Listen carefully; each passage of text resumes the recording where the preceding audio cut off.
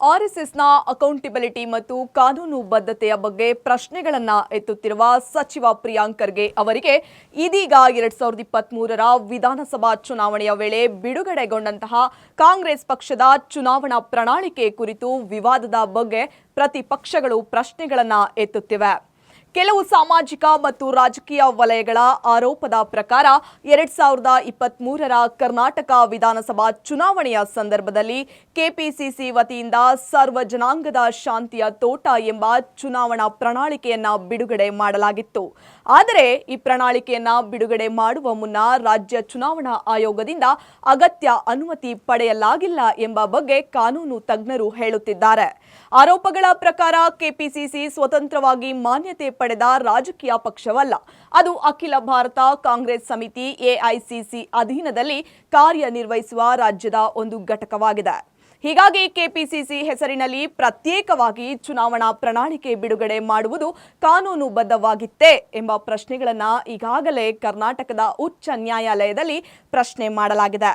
ಹಾಗೂ ಈಗಾಗಲೇ ಈ ಸಂಬಂಧ ಮಾಹಿತಿ ಹಕ್ಕು ಕಾಯ್ದೆಯಡಿ ಹೇಳಲಾದ ಪ್ರಶ್ನೆಗಳಿಗೆ ಚುನಾವಣಾ ಆಯೋಗದಿಂದ ದೊರೆತ ದಾಖಲೆಗಳಲ್ಲಿ ಕೆಪಿಸಿಸಿ ಪ್ರಣಾಳಿಕೆ ಬಿಡುಗಡೆಗೆ ಸಂಬಂಧಿಸಿದಂತೆ ಯಾವುದೇ ಪ್ರತ್ಯೇಕ ನೋಂದಣಿ ಅಥವಾ ಅನುಮತಿ ದಾಖಲೆಗಳು ಕೂಡ ಲಭ್ಯವಾಗಿಲ್ಲ ಎಂದು ತಿಳಿಸಲಾಗಿದೆ ಎಂದು ಬಿಜೆಪಿಯ ಮುಖಂಡರೊಬ್ಬರು ಆರೋಪಿಸಿದ್ದಾರೆ. ಇದರ ಆಧಾರದ ಮೇಲೆ ಕೆಲವು ಕಾರ್ಯಕರ್ತರು ಮತ್ತು ಕಾನೂನು ತಜ್ಞರು ಕೆಪಿಸಿಸಿ ಹೆಸರಿನಲ್ಲಿ ಬಿಡುಗಡೆಯಾದಂತಹ ಪ್ರಣಾಳಿಕೆಯ ಮಾನ್ಯತೆಯ ಬಗ್ಗೆ ಸ್ಪಷ್ಟನೆ ನೀಡುವಂತೆ ಒತ್ತಾಯಿಸುತ್ತಿದ್ದಾರೆ. ರಾಜಕೀಯ ವಲಯದಲ್ಲಿ ಈಗ ಚರ್ಚೆಯಾಗುತ್ತಿರುವ ಪ್ರಶ್ನೆ ಏನೆಂದರೆ, ಇತರ ಸಂಘಟನೆಗಳ ಜವಾಬ್ದಾರಿತನ ಮತ್ತು ಕಾನೂನು ಬದ್ಧತೆಯ ಬಗ್ಗೆ ಪ್ರಶ್ನೆಗಳನ್ನು ಎತ್ತುವ ಕಾಂಗ್ರೆಸ್ ನಾಯಕರು ತಮ್ಮದೇ ಪಕ್ಷದ ಘಟಕಗಳ ಕಾರ್ಯ ಚಟುವಟಿಕೆಗಳ ಕುರಿತು ಸಹ ಸಾರ್ವಜನಿಕವಾಗಿ ಸ್ಪಷ್ಟನೆ ನೀಡಬೇಕಲ್ಲವೇ ಎಂಬುದು. ಆದರೆ ಈ ಆರೋಪಗಳ ಕುರಿತು ಕಾಂಗ್ರೆಸ್ ಪಕ್ಷ ಅಥವಾ ಸಚಿವ ಪ್ರಿಯಾಂಕ್ ಖರ್ಗೆ ಅವರಿಂದ ಅಧಿಕೃತ ಪ್ರತಿಕ್ರಿಯೆ ಇನ್ನೂ ಲಭ್ಯವಾಗಿಲ್ಲ.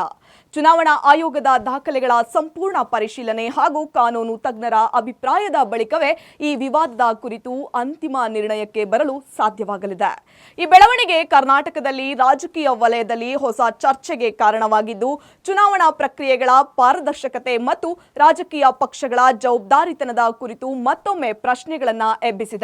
ಹಾಗಾಗಿ ಮಾನ್ಯ ಗೃಹ ಸಚಿವರು ತಮ್ಮ ಪಕ್ಷದಲ್ಲಿರುವ ಹುಳುಕುಗಳನ್ನು ಸರಿ ಮಾಡಿಕೊಳ್ಳಲಿ ಎಂದು ಆರ್ಎಸ್ಎಸ್ ಮತ್ತು ಬಿಜೆಪಿ ನಾಯಕರು ಸಾಮಾಜಿಕ ಜಾಲತಾಣ ಮತ್ತು ಮಾಧ್ಯಮಗಳಲ್ಲಿ ತಿರುಗೇಟನ್ನ ನೀಡುತ್ತಿದ್ದಾರೆ.